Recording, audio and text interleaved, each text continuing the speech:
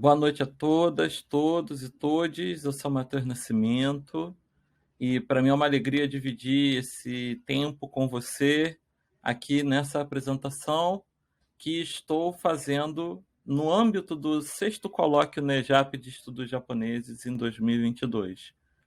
Eu quero dizer para você da minha alegria, da certeza que tenho de que vamos debater, conversar, aprender muito sobre o tema que eu estou propondo apresentar dessa vez e também dizer desde já para você curtir o canal do NEJAP, curtir esse vídeo, utilizar o chat da forma como você quiser para tentar interagir minimamente comigo aqui nessa oportunidade de exposição eu diria, de um projeto, na verdade, de investigação acerca do testemunho asiático brasileiro tendo como foco, portanto, o caso dos Hibakusha no Brasil. Tá? O título da minha apresentação é Takashi Morita conta Hiroshima, notas sobre o testemunho Hibakusha no Brasil e reflete um pouco de uma experiência que tive em 2018, quando recebi a presença de dois dos Hibakushas aqui do Brasil, no Instituto Cultural Brasil-Japão, no Rio de Janeiro. E é sobre isso que eu vou falar mais adiante. Antes disso, eu gostaria de me apresentar. Eu sou Matheus Martins do Nascimento, mestre em História pela Universidade Federal Fluminense, graduando em Letras de Habilitação Japonês, Português Japonês, pela Universidade do Estado do Rio de Janeiro, pesquisador do Centro de Estudos Asiáticos da UF, núcleo que tenho o grande carinho de participar e também de ter ajudado a fundar em 2018, que é um grupo majoritariamente discente, mas, na verdade, uma grande rede, eu diria, de pesquisadores interessados em revitalizar a cena brasileira dos estudos asiáticos. E fica aqui o convite para você, desde já, visitar as redes sociais do CEA-UF.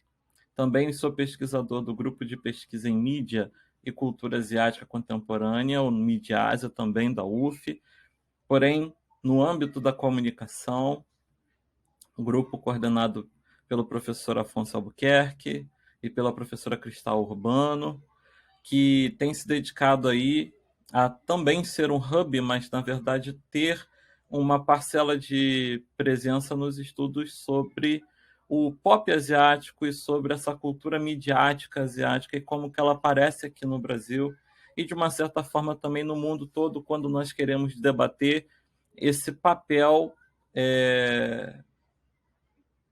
me permitam aqui, desorganizador, da presença, por exemplo, do pop sul-coreano, desarticulando cadeias tradicionais de distribuição televisiva. Né? Bom, o CEA-UF é coordenado pela professora Caterina Volkova, que eu esqueci de mencionar, estou mencionando agora para fazer o reparo, e também sou pesquisador do Instituto Cultural Brasil-Japão, aqui no Rio de Janeiro, instituição que tem se dedicado desde a fundação em 1957, a desenvolver as relações Brasil-Japão por meio de diversas atividades ligadas à cultura japonesa e ao ensino desta cultura. E, enfim, fica aqui o convite para você também acessar os canais do ICBJ. E atuo como colunista na revista Intertelas, revista de audiovisual e política, e, sobretudo, analisando o papel desse audiovisual na construção das dinâmicas das relações internacionais. E fica aqui o convite para você também acessar o canal da revista Intertelas, no YouTube, no Facebook, a página e o site. Bom, vamos ao objetivo de fato desse vídeo, que é falar um pouquinho sobre o tema da minha comunicação, né? O tal do testemunho. Já não é de hoje que uma série de autores e autoras tem discutido o papel do testemunho. Aliás, o próprio testemunho foi reutilizado em alguns campos da historiografia, da ciência histórica, dos estudos históricos, para entendermos um pouco das dinâmicas sociais que acontecem em variados momentos, mas, sobretudo, nos tais períodos da chamada história do tempo presente. temos aí digamos, dois ramos de estudo do testemunho, um que aponta realmente para essa presença das situações históricas no testemunho e na fala testemunhal, e aí grande destaque para os eventos posteriores às grandes guerras. Tá?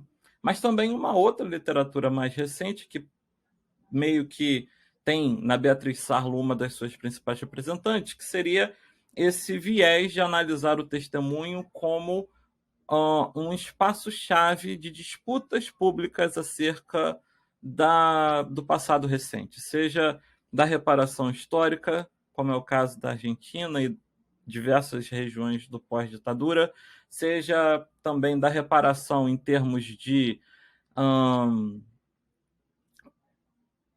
apresentação de circunstâncias da história desconhecidas até então, como é o caso da comunidade asiático-brasileira, sobretudo a japonesa, ao discutir e rever as questões de violência do Estado em, enfim, momentos recentes da história brasileira, sobretudo o governo Vargas, seja também, me parece, aí eu estou propondo aqui, uma terceira possibilidade de análise do testemunho, que é realmente essa demanda filosófica por um lugar da fala.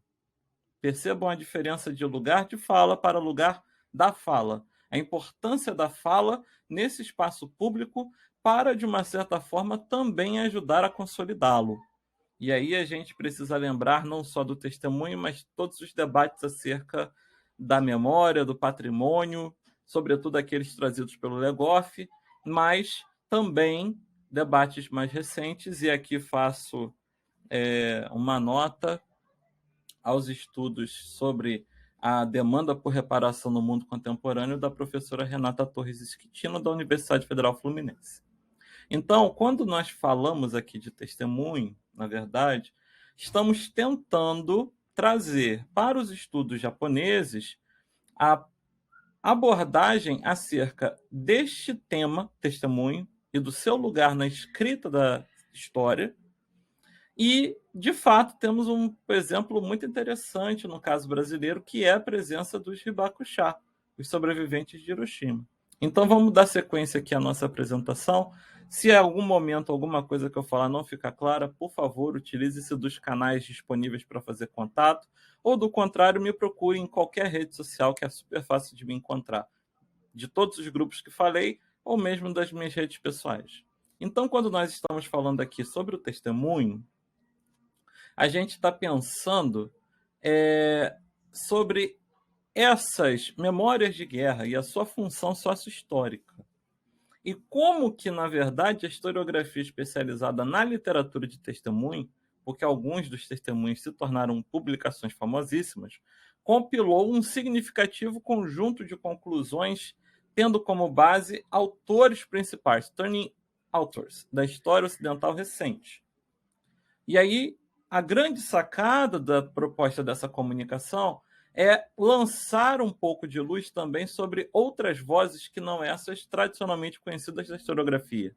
No caso, a voz do Takashi Morita, que está vivo e falante aos seus 96 anos acerca daquilo que ele viveu em Hiroshima.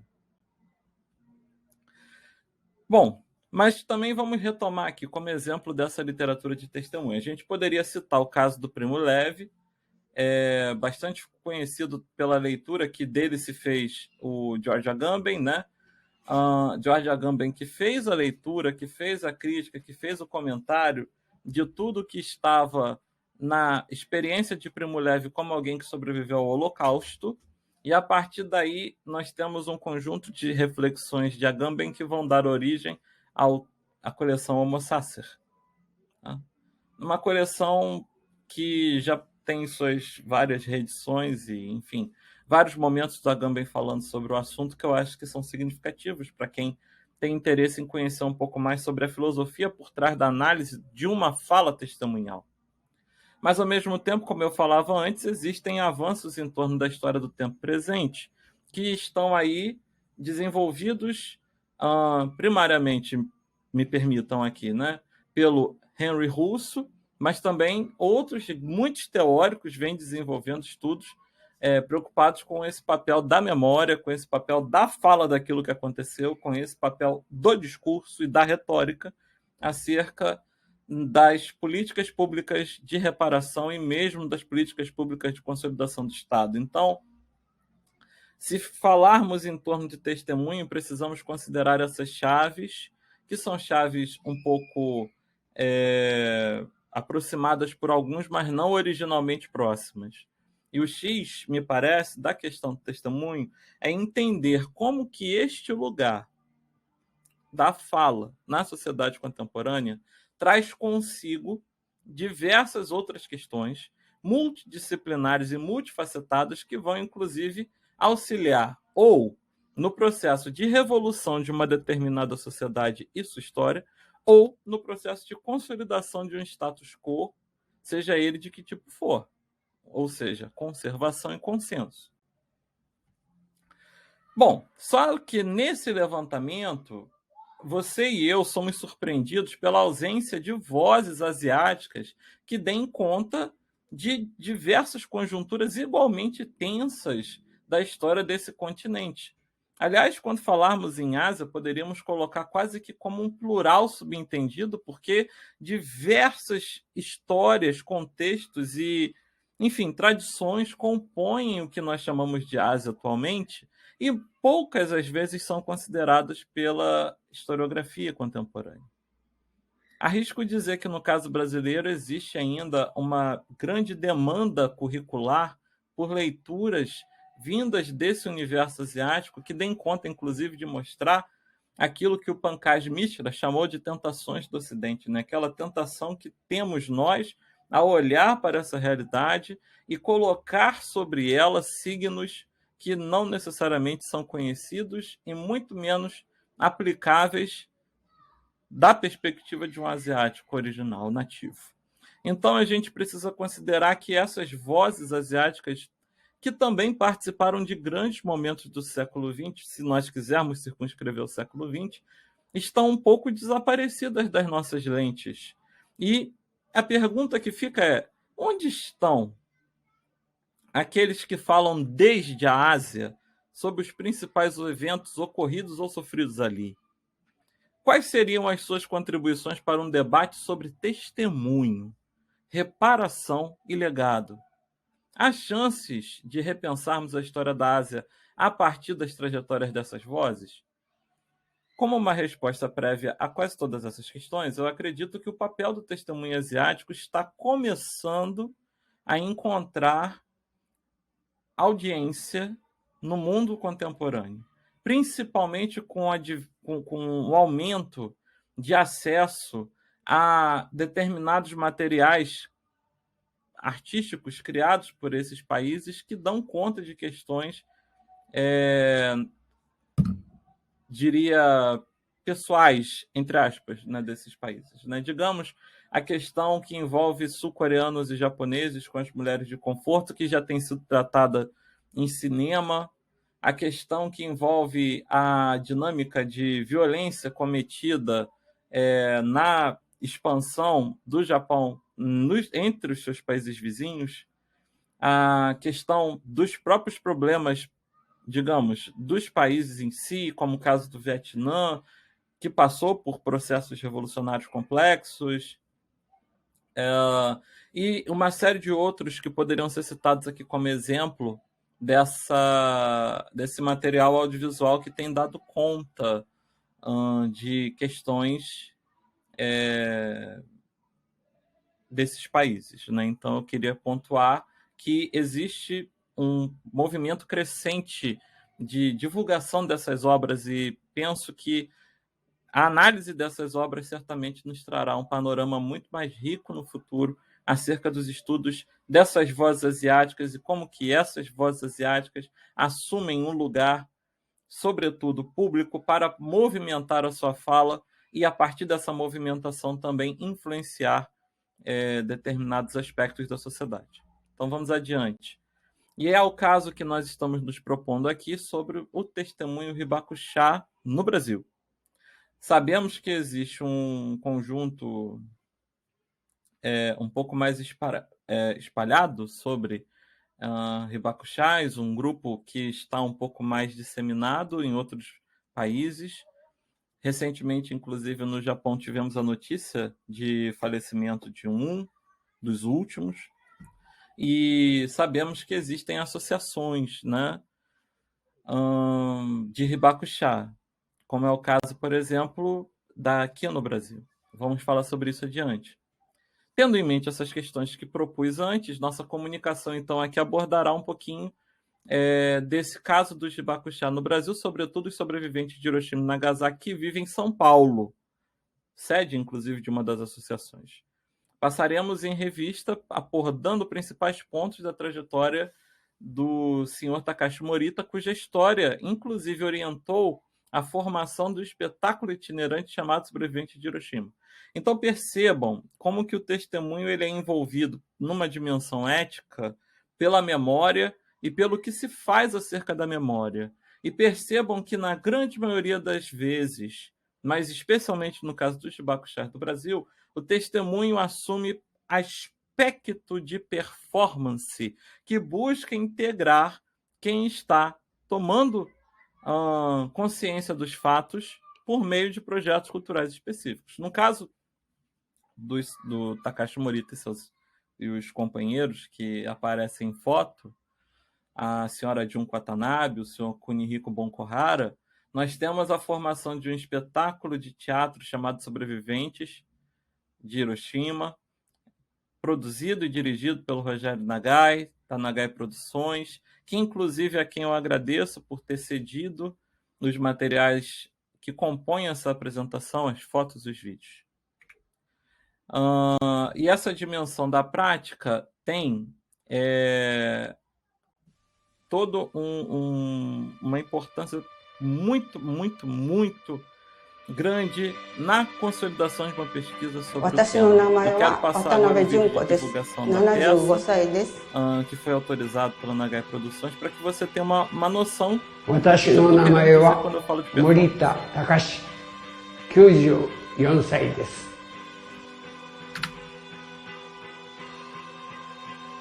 私の名前はボンコハラ邦彦です。77歳です。No Brasil, agora que nós já vimos aí a peça, acho que vale a pena pontuar isso, né?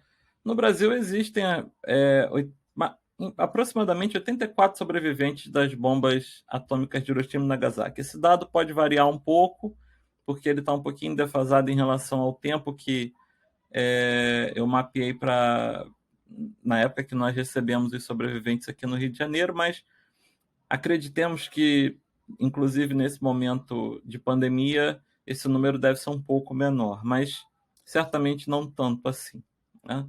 Esse dado é um dado de 2018, né? 84 sobreviventes das bombas atômicas de Hiroshima e Nagasaki, todos eles associados à Associação Hibakusha pela Paz, essa sim ainda existe, antiga Associação das Vítimas da Bomba Atômica no Brasil, que foi fundada em julho de 1984. Então, vale a pena considerar que essa pauta dos Hibakushas reflete também o espírito de uma crítica organizada ao que acontece entre agosto de 45 e em diante também. As formas como o governo japonês lidou com aquela conjuntura, as formas como o governo japonês já logo após a consolidação do governo em 52 até os momentos atuais, também lida com os pedidos desses sobreviventes, né? E vale a pena considerar também que a existência de associações denota como que é mais ainda demandado desses que falam acerca da experiência histórica reflexões, ações e mudanças organizadas nos aparelhos do Estado que possam, portanto, receber o registro e a formalização de um processo associativo. Então, a existência de uma associação é muito significativa no caso dos Hibakushas, porque a partir desse órgão acontecem as mais variadas manifestações do testemunho do que foi agosto de 45 para os japoneses, sobretudo aqueles que chegaram no Brasil, como é o caso dos sobreviventes desta associação. Ela foi criada com o objetivo, inclusive, de prestar apoio às vítimas residentes no país. E como é que seria esse apoio, né? Seria trazer os sobreviventes à mesma ajuda que o governo japonês ofereceu aos sobreviventes residentes no Japão. Então, questionar faz parte da formalização desse testemunho de Hiroshima. E essa formalização é muito significativa para pensar qual seria o primeiro passo. É questionar a postura japonesa acerca desse evento. É questionar as formas pelas quais o Japão tratou pessoas e populações inteiras, províncias, ligadas ao evento da guerra, mas, sobretudo, Hiroshima e Nagasaki, por ocasião do bombardeio. Então, existe uma crítica ao Japão, quase que um apelo no sentido de trazer recursos, mas também no sentido de repensar os impactos dessa história e repensar os sentidos da própria história japonesa. E nós temos que considerar que isso é muito importante também, no caso do Brasil, uma vez que nós, e eu me incluo nessa porque além de pesquisador aqui com vocês, também sou professor de História da Educação Básica. Quando vamos falar desse assunto, dificilmente fazemos uma reflexão sobre as vozes japonesas, por variados motivos. Cada professor tem o seu contexto em sala de aula e muitas das vezes a dinâmica escolar não nos permite determinadas apresentações temáticas. Mas vale considerar que mesmo numa literatura acadêmica especializada, Hiroshima e Nagasaki muitas das vezes não aparecem, senão como apensos à história japonesa contemporânea. Aliás, façam esse exercício de crítica dos livros didáticos e percebam, por exemplo, que determinados livros apresentam um bombardeio, os fatos técnicos envolvidos no bombardeio, mas nenhuma ou quase nenhuma reflexão acerca dos impactos no pós-guerra no Japão. E, nesse sentido, existe um livro fundamental que nós nos baseamos aqui, inclusive, para toda essa discussão sobre a presença desse pensamento, desse testemunho, desse passado na vida dos japoneses, que é o Corpus da Memória, né, do Yoshikuni Igarashi, que é um livro clássico, super conhecido, editado pela Ana Blumet, e, se eu não me engano, é ainda disponível nas principais livrarias do Brasil. Esse órgão das associações, voltando aqui ao nosso assunto, ele tem como missão buscar esse apoio e essa ajuda, mas quando esse reconhecimento acontece, quando essa ajuda acontece, quando eles conseguem alcançar parte desses objetivos com relação aos casos, a associação não deixa de existir, porque justamente ela é um espaço de mobilização da fala. Então, dessa vez, ela assume como foco a mensagem de propagação da paz pelo fim das armas nucleares. Inclusive, no momento de consolidação do trabalho desse corpo associativo, eles mudam o nome aí sim para Hibakusha pela Paz. Percebam, mudando um pouco o âmbito da reparação dos descendentes para, aí sim, mais forte ainda, um testemunho daquilo que foi Hiroshima e Nagasaki para as gerações seguintes, transmitindo aos jovens brasileiros, no caso desta associação, palestras, através de determinados eventos, enfim, dinâmicas de uma associação nipo-brasileira, né? Notícias e relatos e, diria eu, também comoções acerca do que foram as tragédias vividas por esses sobreviventes. E aí sim entra a dimensão ética pública do testemunho, a importância da paz, no sentido de que devemos, através da experiência passada por essas pessoas, lutar por um mundo sem ameaças atômicas. Qual é o objetivo por trás disso? Refletir sobre o perigo das radiações das usinas nucleares espalhadas pelo mundo. Notem que a questão recente trágica de Fukushima também trouxe à tona toda essa dimensão pública do que devemos falar sobre radiação. Então, assume esse grupo uma dimensão ética pública, e aí movimentam testemunho nesse sentido, para lutar por causas específicas que eles assumem como a regra, né, para uma boa existência enquanto humanidade.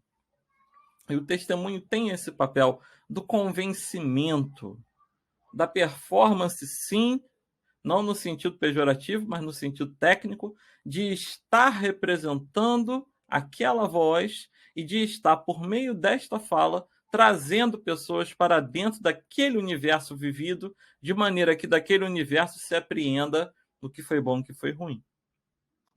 É como se nós estivéssemos o tempo inteiro pensando como assumir esse lugar,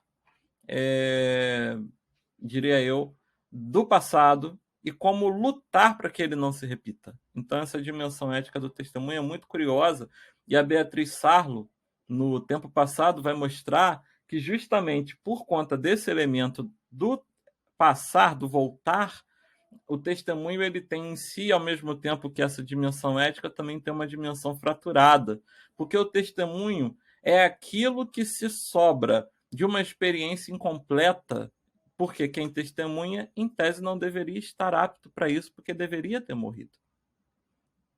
Percebam como que existe uma importância significativa nessa presença pública das vozes do que testemunha, da testemunha, porque ele assume um lugar público, representativo da fala de milhares de pessoas que passaram por aquela mesma experiência.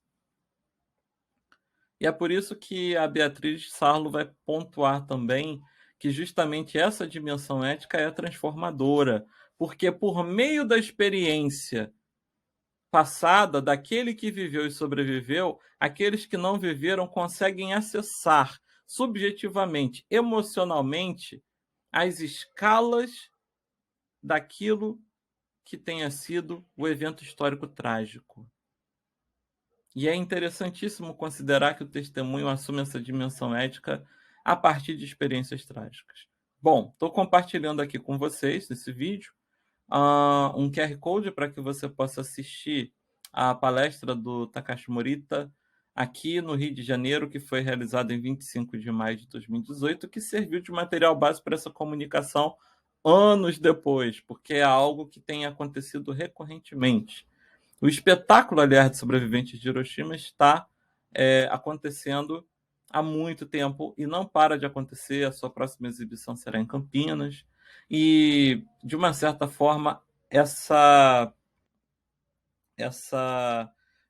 continuidade do projeto fala muito acerca da importância pública da testemunha sempre se colocar à disposição para falar. E notem, é sempre no processo da repetição, vem consigo o processo da memória e o processo do convencimento e o processo da abertura de janela para aqueles que não têm conhecimento do assunto voltarem àquele assunto. As mães da Praça de Maio, o senhor Takashi Morita, o senhor Andor Stern, sobrevivente do Holocausto no Brasil, e outras grandes figuras da experiência testemunhal que vocês podem acessar nas redes sociais e, enfim, nos canais de busca. Bom, o senhor Takashi Morita, especificamente, tem 96 anos e parece estar no auge dessa missão, pois ele fala sobre os horrores vividos no bombardeio de Hiroshima em 6 de agosto de 1945, como se ainda estivesse lá. E essa dinâmica do testemunho é importantíssima. E se ainda estivesse lá, é justamente o estreito limite entre o não estar mais, porque o tempo passou, mas poder voltar por meio da memória àquilo que se torne causa. E, portanto, nesse sentido, patrimônio, não é? Intelectual. O mais correto seria dizer, inclusive, com isso tudo, que ele quer nos fazer estar naqueles instantes que precedem a explosão e nos amparar no passeio pelo que seria a região japonesa soterrada entre escombros. A Cristiane Izumi Nakagawa tem um livro interessante, Inscrição da Catástrofe, Hiroshima, inscrição da catástrofe, que apresenta alguns desenhos feitos pelo Takashi Morita ao longo da sua vida sobre o que ele via. E as imagens são muito impactantes no sentido de mostrar como que esses momentos se inscrevem na memória de uma tal forma que todas as forças da testemunha se tornam retórica testemunhal, se tornam espaço-chave de manifestação da fala. E na possibilidade dessa manifestação também a manifestação de abertura de espaços públicos para a fala, que tem, portanto, missão de causar, de impactar, de provocar, de sensibilizar as audiências. Por isso que aponto que ele quer nos fazer voltar. E aí, no limite, também parece que ele quer nos tornar observadores participantes de sua narração, fazendo um sobrevoo pelo Japão daquele momento. E eu acho que é muito significativo pontuar essa experiência do sobrevoo no Japão.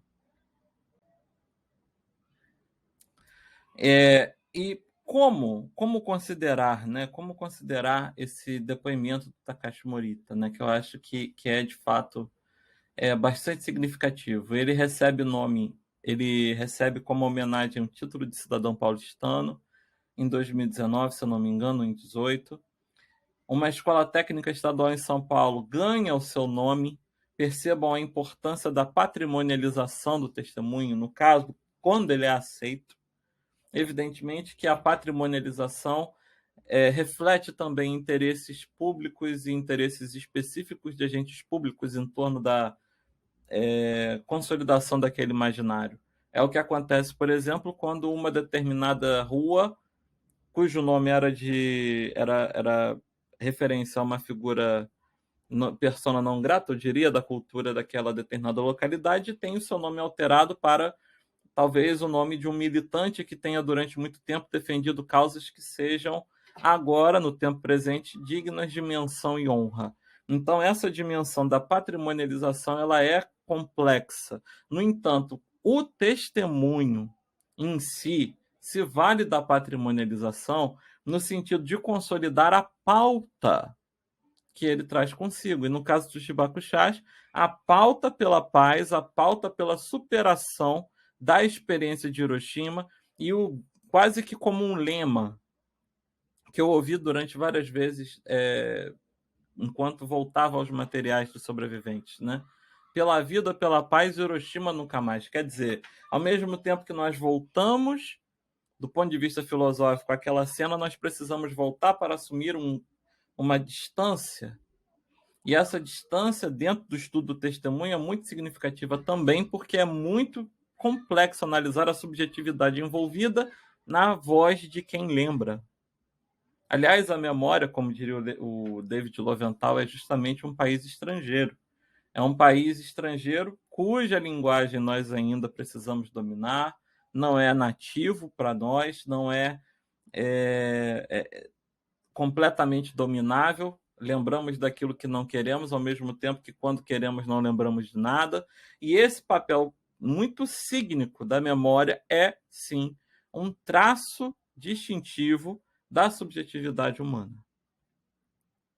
É como se a memória fosse tornada um campo de experiências e nos habilitasse, portanto, a alcançar um horizonte de expectativas em alguns contextos. E isso se torna ainda mais forte no caso do testemunho Hibakushá, porque o depoimento serve, e essa seria a conclusão dessa análise do testemunho dos Hibakushás, eu diria, nos serve para a crítica mais ampla das imagens canônicas que nos apresentam o Japão e a história da Segunda Guerra Mundial naquele país. O Igarashi vai defender isso de maneira muito precisa, porque esse testemunho, e aí eu retomo a Celina Kuniyoshi que eu citei logo acima do Igarashi, esse testemunho nos permite superar uma determinada história, na verdade, mais uma determinada imagem da história que nos foi legada.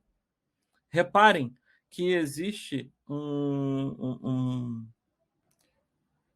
interdito acerca do assunto. E o testemunho Hibakusha entra, e o senhor Takashi Morita, a partir da sua vida, entra como alguém que, a partir da sua experiência, da sua fala, quebra um interdito acerca do assunto Segunda Guerra Mundial no Japão. E apresenta demandas específicas e éticas diversas, as quais podem, sim, nos possibilitar a reflexão acerca do que esperar do Japão. Quase como se pudéssemos agora fazer uma crítica da imagem cristalizada que temos da cultura japonesa como especial e essencial e exemplar.